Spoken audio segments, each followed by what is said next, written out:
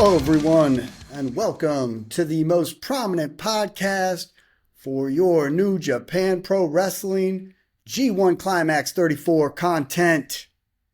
I am your host, Chris Cortez. This is Chris's Chaos at ChannelCortez33, and we are covering the quarterfinals of the G1 Climax 34. Took me a bit, but I caught up. I'm ready. I'm ready for those semifinals. I'm ready for the finals. But before we get there, we got to talk about these matches. They're pretty interesting, pretty good. Especially like the Great Okan match versus Shingo Takagi. But the Yota Tsuji one versus Konosuke Takeshita, that was amazing. Because Konosuke really had you thinking for just a second that he was gonna somehow pull this off. But we're gonna definitely get into that one. Wasn't too surprised, especially after everything I had seen throughout nights 15 and 16, that clearly New Japan Pro Wrestling is backing their boy, Yota Tsuji. However, there's subtle hints about Konosuke Takeshita one day, and you know he's gonna come back. Meanwhile, you have a lot of people rooting for Shingo Takagi to go all the way. And then you got Zack Sabre Jr. Everybody from England wants him to bring home the gold. And of course, lurking in the shadows is the evil rebel savior, David Finlay, who essentially can steal this whole thing to show that, hey, he's the best G1. He is the best Bullet Club leader of all time. Okay. This night, the 17th night. That's right. Tournament took place August 15th, that's just yesterday, in Makuhari Messe in Mihama-ku, Chiba. Oh, yeah. Chiba. I don't know if I've ever been to... I haven't been to Chiba before. I'd like to go to Chiba, but looks nice. Anywho, there were 8 matches on the card, all tag team matches except for the quarterfinals matches. I did check out a little bit of TMDK versus Bullet Club. Want to see Zack Sabre square off a little bit against David Finlay. But I was mostly impressed by the big, massive Hartley Jackson. He's a beast. What a powerhouse addition to the Mighty Don't Kneel. That was pretty cool. Definitely checked out Gabe Kidd and Jake Lee. Pretty much just obliterate Francesco Akira in the end. They really are a good tag team together. We'll see. Maybe one day they will win IWGP Tag Gold. Wouldn't put it past them. I will look a little bit more closely at tag matches, especially on tomorrow for tomorrow's event. But for now, we're getting right into the quarterfinals. Shingo Takagi versus Great Okan. Okay? This one went 20 minutes and 49 seconds. Just about a minute, a little bit less than a minute short of the second match, which took even longer. Might have been the longest match of the night or of the whole G1. It's so ironic that they stretched the time limits to about 30 minutes, and we didn't have one single time draw. But here's the clincher. Here's the thing. None of the matches went over 20 minutes except for these. Really, I can't think of one that went more than 20 minutes at most.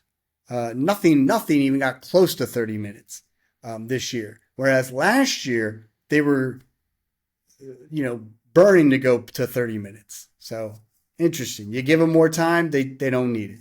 You take away their time, they need more time. So, A block, quarterfinals, Shingo Takagi versus Great Okan. We get Takagi chants following the sound of the bell. Very subtle to start. We get a clean break. Khan does a guillotine hold on Takagi, who shoves him into the corner.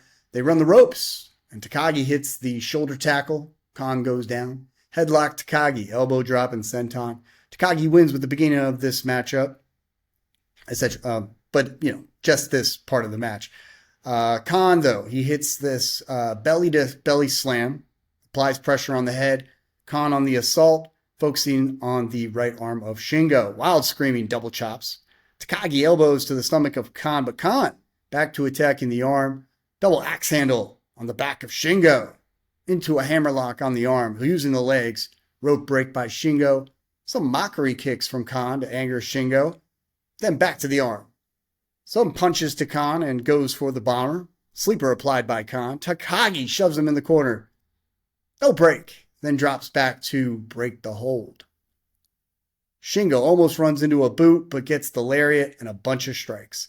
He whips to the shoulder and hits the DDT. So, basically not whip to the corner. Sorry, let me clarify. Whip to the corner, shoulder block, then hits the DDT. Points to the camera, but instead of saying it's Takagi time, he knew. He knew not. He two nights in a row. He went too early. Goes back to Kan, hits the suplex. Then an emphatic tea time for Takagi. It was sweet. Knees to Kan along the ropes. Snapmare to the lariat, which is caught and transitioned to his fireman's carry. Kan holds on to the arms as he delivers a couple takedowns and a back to that right arm to a rope break. Really, it was about the story of this match is about that arm. After lifting Shingo, wild double chops by Kan. We get some from Takagi. I'm sure the whole apartment of ours could hear those the Kan screams as he does the double chops throughout the arena. Takagi hyping up on the crowd, and because you turn your back on Takagi, he's gonna clothesline you. Running lariat connect, but his arm is in pain. See the story. His arm is in pain. He can't hit these lariats, these pumping bombers. He's up. Goes for Made in Japan, a couple knees and a lariat. He can't get him Kan up, but not much power. Another chops. Kan catches the arm after one lariat attempt. Rope break with the foot. I mean, he was about to snap that arm. Kan, that is. The selling of the arm is just testimony to how well the story is being told in the ring. I was really appreciative of that. Kan tries to snap the arm along the back, but Shingo turns it to a sleeper. Kan counters to a GFO snap suplex. Kan hits the pump kick, goes for the iron claw, but Shingo fights it off. They run the ropes and Shingo gets the lariat into a pin, but only two. A shot from Shingo, responded by a hard shot by Kan. Eliminator counter to a roll-up, only two. Shingo back with another nice elbow shot for good measure. Elbows the trapezius. This is very similar to the Blackpool Combat Club. And commentators made note of that. And I was like, okay, this is interesting. They're bringing back the match with Bryan Danielson and how, after that loss in the Owen Hart tournament final, he's always had that, anger, that chip on his shoulder. He's like, he's ready. It's like, it was like a wake-up call for him. And that makes sense. I'm okay with that. I really want to see another rematch between Takagi and Danielson. I'd like to see them, go toe-to-toe. But anywho. Headbutt. Shingo. Kan chops. More strikes from Shingo. But hard shot from Kan. Fujiwara armbar by Kan. Transitions to the middle of the ring. This could have been it. Kan snaps it, the arm again. Kan lifts the claw into a super eliminator by flipping through for the effect. If he perfects this move the way he did it, if he actually made it a little bit more crisp, this could be one of the coolest looking finishers I've ever seen. It really looks cool. You got to check it out. Shingo, though, back on the attack. He hits the pumping bomber. Still just a near fall. And then he goes for Last of the Dragon. For the 1, 2, 3. It's over. It's academic at that point. So Shingo, he progresses to the semifinal. He's going to take on Zack Sabre Jr. His arm is hurting him. You think Sabre's not going to capitalize on that? You're nuts. He's gonna stretch you out. Let's just hope that the pumping bomber is enough. Too much for Sabre. We'll see. I'm really not, partial to either, but it would be a little heartwarming to see Takagi, because he's kind of on his last run, where Saber is, just in his prime and will be for the next several years. He's going to be good for at least another 4 or 5 years. Yota Tsuji versus Konosuke Takeshita. And this is a town in which the commentators pointed out Tsuji started his journey of training to be a wrestler. This is his chance to make up for the first night lost to Takeshita. So it's coming around full circle. Man, this is talking about some awesome storytelling. It's like Mighty Ducks up in here, where the Ducks go up against the Icelanders and get their asses kicked, and throughout the tournament they've done well, but then they get their butts kicked, and then they have to fight back. They have to somehow make their way into the tournaments. The bracket, it's the same thing, and they win. They finally go up against the guys who beat them, the only team that beat them, and get their win back. There could have been a rubber match between the Mighty Ducks and the Icelandic team. You know who I'm talking about, because there's a rubber match out there. Disney, get on it. Mighty Ducks, 2.3, 2.5. Somewhere between the third one was okay. I mean, it was cool. I went back and watched it, a couple years ago, just to be like, let's see what this is about. And it was cool for the moment. I was actually in 9th grade when these Mighty Ducks entered high school. But it didn't have Emilio Estevez complete. I mean, he makes a couple appearances. He makes an appearance. That's about it. But it's like Emilio Estevez really made the movies. So for him to not be in it, kind of like took a lot away from it. Yeah. So, and then we got, but yeah, I'm listening to something outside, some sort of like lawn mowing machine going on over there. Chainsaw. German chainsaw massacre up in here. But I will say this. There needs to be a rubber match between Mighty Ducks and the Icelandic team. And it would be good. It would be pretty cool if we get them in their like adult years, kind of like a Rocky situation where they come back to each other. The Icelandic team, basically all of them lost their money, their kids, they got hooked on dope, they got divorces, wives left them, their parents left them. Meanwhile, the Mighty Duck kids are, well, in reality, they're not doing so great. Not all of them, but sad. But, that's another story. I'm not getting into that. But, they're doing their thing. And they have a little rematch, underground rules, no trophies at stake, this for real, as Mr. Miyagi would say. Okay, now we're getting back into it. I'm losing the track here. Yota Tsuji versus Konosuke Takeshita. Again, this, I like how the announcer called Takeshita's name as a Westerner. He didn't say Takeshita Konosuke. He said Konosuke Takeshita. And it sounds really good to hear a Japanese name told to wait, like from first name and last name. I know the culture is to go with the surname followed by the first name. But who knows? I mean, maybe they might switch it. It sounded really good. They might be like, well, hey, instead of saying Naito Tetsuya, maybe Tetsuya Naito would be better. The last name, the surname's more important. But give him or maybe the first name's more important. I get that, but the last name sounds more important. Anyways, no matter how you spin it, so to speak. But anywho, back in the ring, let's see. We get some Yota chants. It started off really slow. This match was really slow. I knew what was happening. They needed to kind of just take their time. They're tired. They've both been through a lot. Meanwhile, Takeshita's knee is busted. Okay, so he's not going to. He's like protecting his knee. You could tell. He's following through with the right, not the left, and he's just taking his time. Yoda's like, okay, I'll get you. I'm not going to rush into this. So very slow, methodical chain wrestling. We get a leaping lariat from Takeshita though. Back in the ring after Tsuji, he goes back out, regroups. We get a chin lock from Takeshita into a variation of what almost looked like a camel clutch, more like, without the hooking of the arms. It's a chin lock. A kick from Takeshita, knees to Yota in the corner, scoop slam to the middle rope. Senton lands on the knees, and Yota with a dragon screw. Yota starts attacking that knee like straight up heel, but he's doing what he has to do. Everybody understands that. Takeshita had hesitated.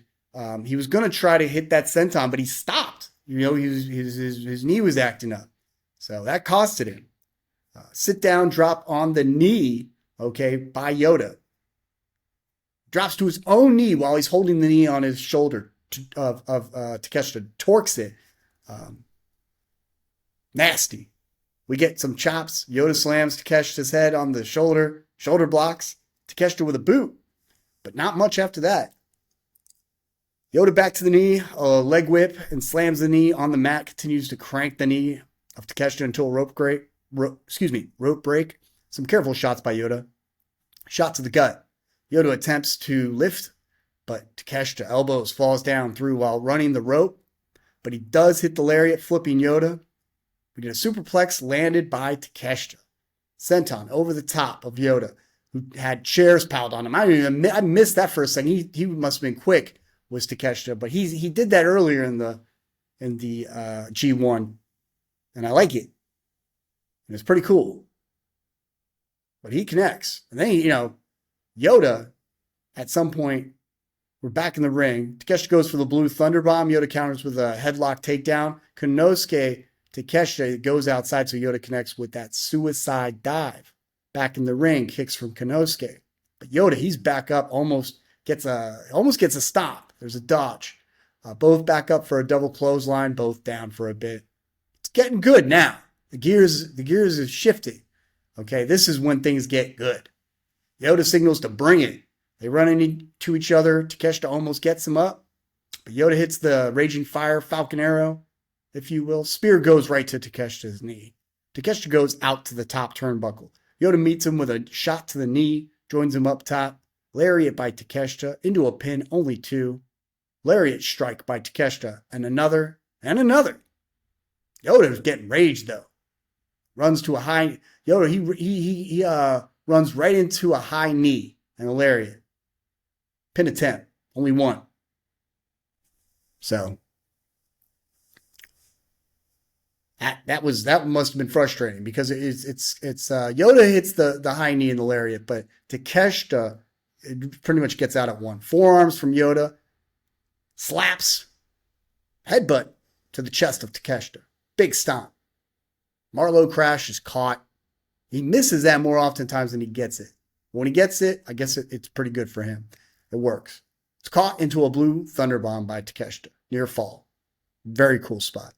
Takeshita chants are rising. This is great because this is supposed to be Tsuji's place, but by the time this is over, like the guy is able to convert so many people into Takeshita fans just by watching him. You just gravitate towards this guy.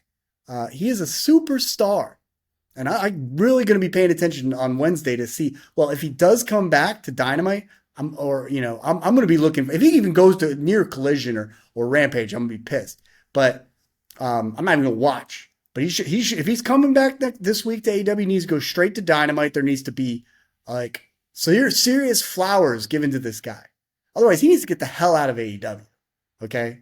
And that like smorgasbord of talent that they have. There's so much talent there they can't even do anything. Not once did we get Don Callis show up. He's that busy with everyone else in AEW. Seriously, there's probably going to be there has to be a turn. There has to be some sort of play here where Takeshi's going to be like, screw you, Callis, for not even showing up. I don't need you. Just like Ospreay, I don't need you. And then that'll be that. Because Ospreay's clearly a great baby face. Takeshita, he was really cool in the ring. He was kind of green on he was more of a baby face. And he's matured more as a heel. So now he's coming back. He's going to be more of a face, I think. I think they're setting him up for a face run in AEW, but he'll be a lot more grittier than he was before. So that's cool. But like I said, the chants were rising. We get a big world-class shot from Takeshita. Raging Fire, though, is countered to a stunner by Yota. Gene Blaster, spear, foot on the ropes. And if it wasn't for that foot, Takeshita would have been countered.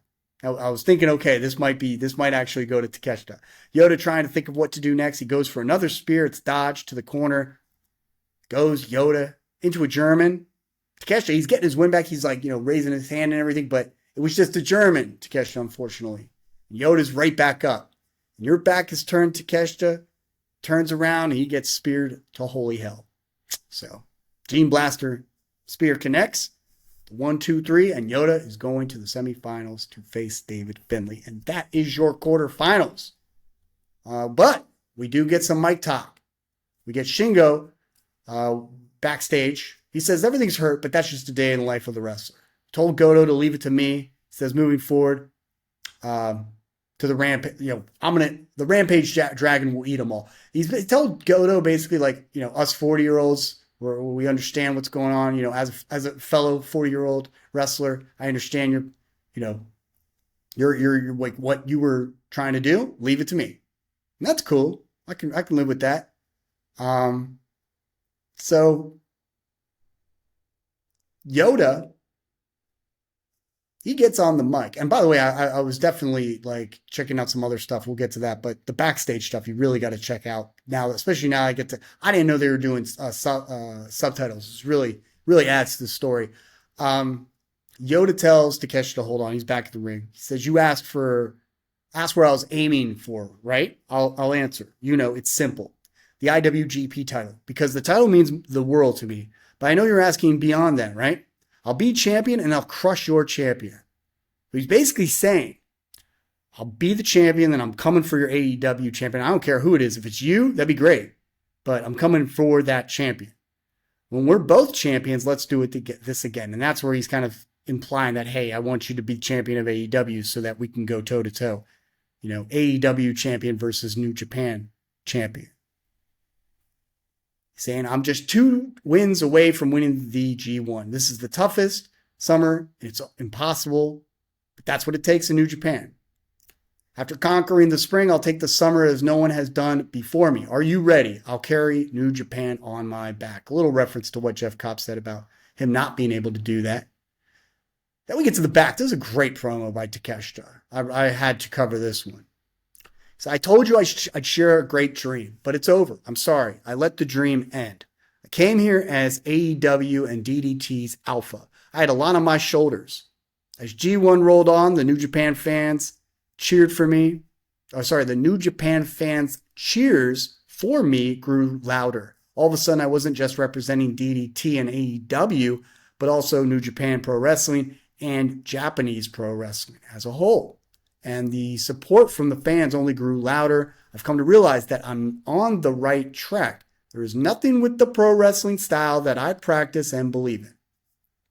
So, to my recent fans from this G1 and to those who have supported me since DDT, to those fans of mine, the DDT and AEW, I'll get stronger so that you can be proud of me to prove that I'm doing this right. The older and younger guys in DDT are watching me all the time. That's why I wanted to win this G1. To prove to everyone that there is nothing wrong with our brand of pro wrestling. He got a little emotional. You can tell he's, because this is where he came from. And he's trying to, he's representing AEW. He's representing DDT. He's representing where he came from as well. His start. He said, hey, Yota, you're not the only one. In reference to perhaps the shoulders, but mostly, I'm sure, the fact that he wants to go up against him. There are others. Gabe Kidd, Zack Sabre Jr. Until next time. So he's going back to them. So we will not see the last of, this is not the last we'll see of Konosuke Takeshita in New Japan Pro Wrestling. Mark my words. Yota said, Takeshita, you're awesome. This is backstage. Yota Tsuji. He said, no one like you. There's no one like you.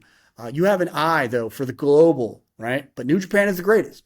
That's why I'm here, essentially. You seem to be shining brighter here than AEW. And I totally 100% agree with Yota Tsuji. Okay. However, now we are 1-1. We'll have more riding on our shoulders then. I look forward to lifting barbells with you one day. Nice little comment. Then he addresses Finlay, and because he's going up against him next. He's saying, "Are you ready?" And that is about it. So we're looking at 2 more matches, semifinals, and then a final. That'll be tomorrow for the semis and finals on Sunday. So I'm looking at night 17. It's going to take place, night 18. 18 will take place on August 17th. That's tomorrow. Ryōgoku in Sumida, Tokyo. So it's going to be in Tokyo. It's going to be popping. Ryōgoku. Okay? I've been there. It's fun. So Shibuya. Akihabara. Oh, yeah. Oh, yeah.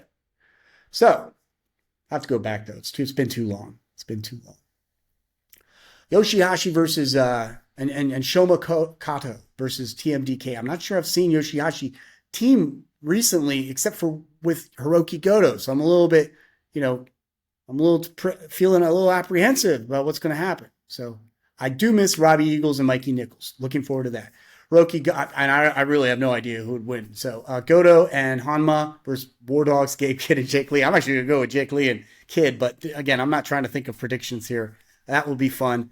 You got Yato, El Phantasmo, and Shota Umino. Now there's a bond. I saw little interviews between ELP and Shota Umino. There seems to be a bond forming. I hope to see it between ELP and Shota Umino. If that's what they're going to do moving forward, great. Versus United Empire's Callum Newman and Jeff Cobb and Konosuke Takeshita. So Takeshita's sticking around to the end. We got Hiroshi Tanahashi, Toru Yano versus Ryusuke Taguchi, Tiger Mask, Bolton Oleg versus the House of Torture and Yoshinobu Kanemaru, Sho, Yujiro Takahashi, Ren Narita, and Evil. All the boys of the House of Torture. Dick Togo will be outside. Just 5 guys, Taka Michinoku, Taichi, and Doki, who performed yesterday. That's pretty cool. I'm going to be trying to watch that versus Bullet Club. Taiji Ishimori, Bone Soldier, Clark Connors, and Drilla Maloney. Yeah, good to see Ishimori back in action.